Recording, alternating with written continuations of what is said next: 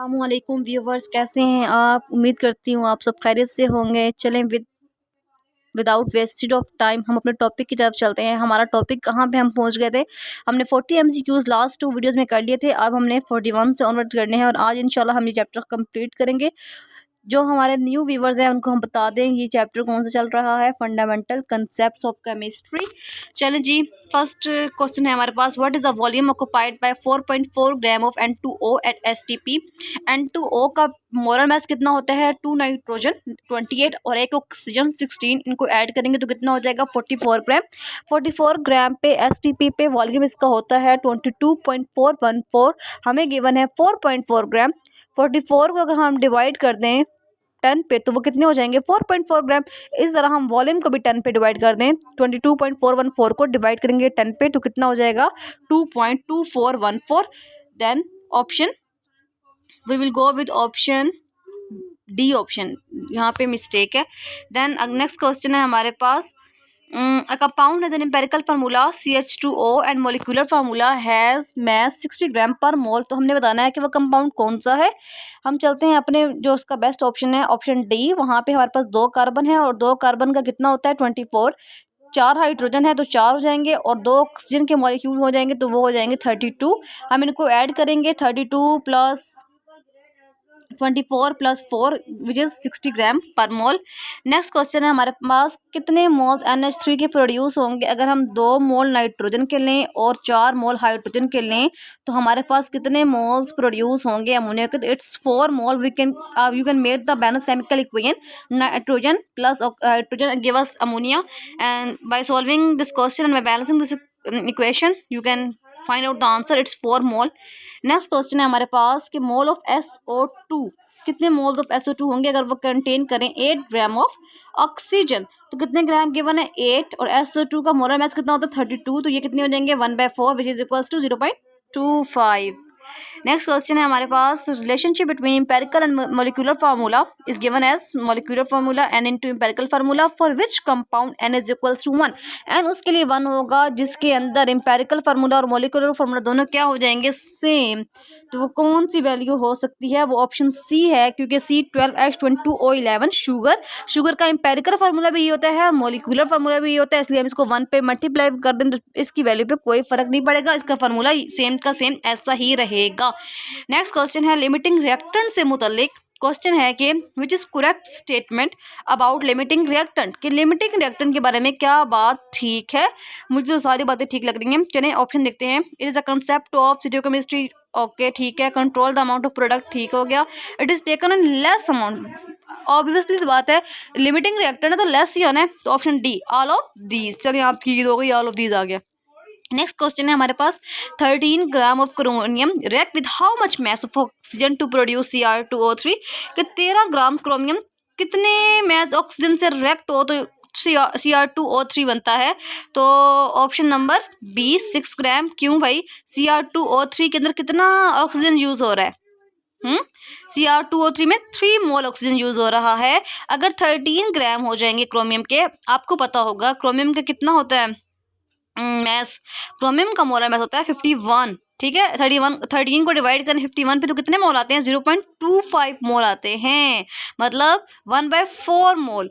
तो 0.25 मोल आते हैं। टोटल कितने मोल्स होते हैं जी?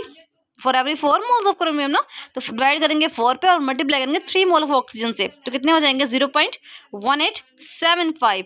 तो हमारे पास कितनी ऑक्सीजन यूज होगी? मोलर मास कितना है ऑक्सीजन का, मॉलिक्यूल का? 32। और क्या कहते हैं 32 है हमारे पास, हम 32 को मल्टीप्लाई करेंगे 0.1875 के साथ और हमारे पास कितना आ जाएगा? 6 ग्राम। इसको आप इस तरह भी सॉल्व कर सकते हैं। एक इसका आसान तरीका भी यही है कि हमें जो क्वेश्चन में गिवन था कि क्या गिवन था जी? हमें गिवन था कि 13 ग्राम क्रोमियम के मतलब 13 ग्राम है। टोटल क्रोमियम का मास कितना होता है? 51 ग्राम। तो हमें 13 ग्राम में से निकालना था, तो हम क्या करते हैं, गिवन मास को डिवाइड करेंगे मोलर मास पे, हमारे पास आ जाएंगे नंबर ऑफ मोल्स। हम नंबर ऑफ मोल्स जो आएंगे उनको डिवाइड करेंगे टोटल नंबर ऑफ मोल्स और multiply by moles of oxygen. जब हम उनको मल्टीप्लाई कर लेंगे जो हमारे पास आंसर आएगा उसको हमने मल्टीप्लाई कर देना है ऑक्सीजन के मोलर मास से, हमारे पास कितना मास आ जाएगा? 6 ग्राम। जैसे ऑल। नेक्स्ट क्वेश्चन है हमारे पास, हम यील्ड के मुतालिक 10.5 gram of lime is produce if 25 gram of lime stone is roasted, what is the percentage yield. Okay जी, हमने क्या करना है, हमने परसेंटेज यील्ड निकालनी है। बाई 2 है ना, हमने क्या करना है, हमने इसमें निकालनी है परसेंटेज यील्ड।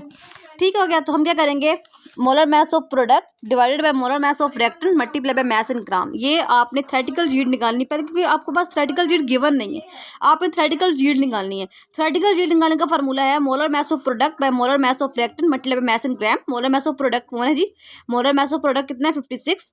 आप सोच रहे हैं कि 56 कौन है जी, 56 हमारे पास बना क्या रहे हैं, लाइम। क्या बना रहे हैं, लाइम स्टोन बना रहे हैं, CaCO3।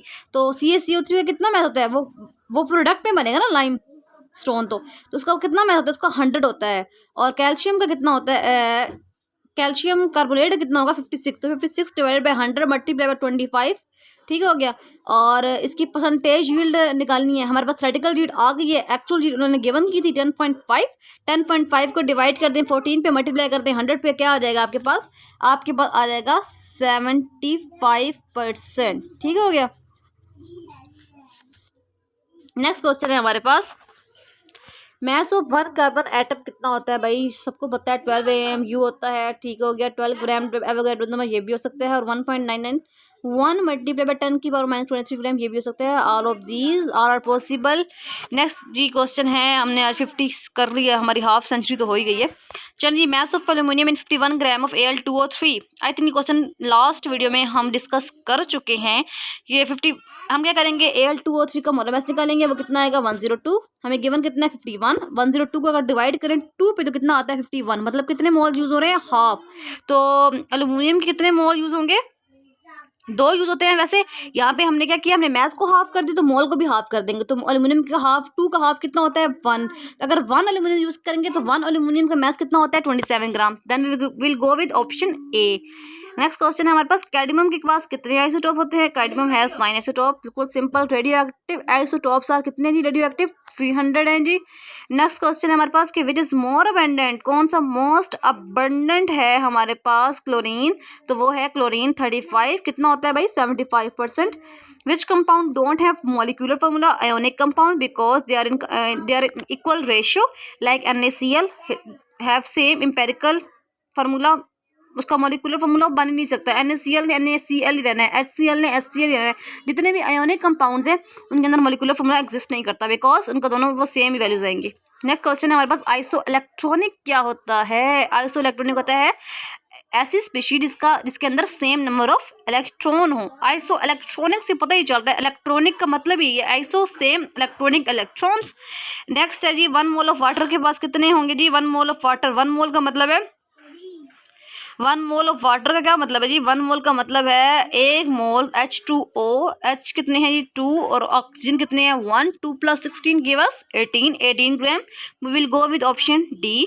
नेक्स्ट क्वेश्चन हमारे पास कि कार्बन डाइऑक्साइड ऑब्जर्वर कौन है कंबंशन एनालिसिस के अंदर। कार्बन डाइऑक्साइड को ऑब्जर्व करता है हमारे पास 50% KOH। और वाटर को कौन ऑब्जर्व करता है, वाटर को ऑब्जर्व करता है MgClO फॉर टेकिंग ट्वाइस।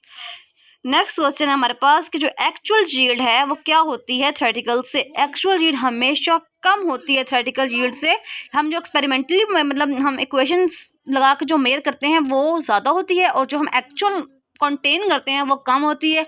उसकी वजह ये है कि मे बी रिएक्शन बहुत फास्ट हो जाए, कुछ चीज़ ज़ाया हो जाए, या जो वर्कर्स काम कर रहे होते हैं उनके अंदर मतलब वो कोई गलती कर दें, ये इस तरह की कोई ना कोई चीज़ हो जाती है जिसकी वजह से जो एक्चुअल आती है वो कम आती है, और थ्योरेटिकल जो हम मेयर करते हैं वो ज़्यादा आती है। It's a book 9, you can read it.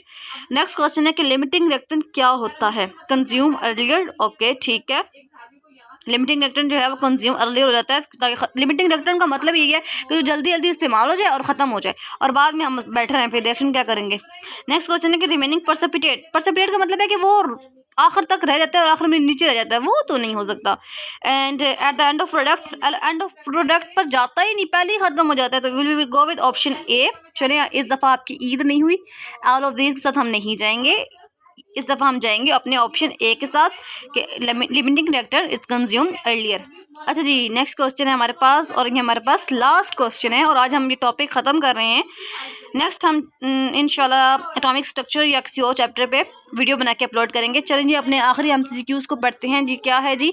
Ascorbic acid. Ascorbic acid कहाँ फाउंड होता है? तो ये विटामिन सी में होता है और ये आपकी बुक में एग्जाम्पल में है। एस्कॉर्बिक एसिड हम कहाँ से कंटेन करते हैं? विटामिन सी से।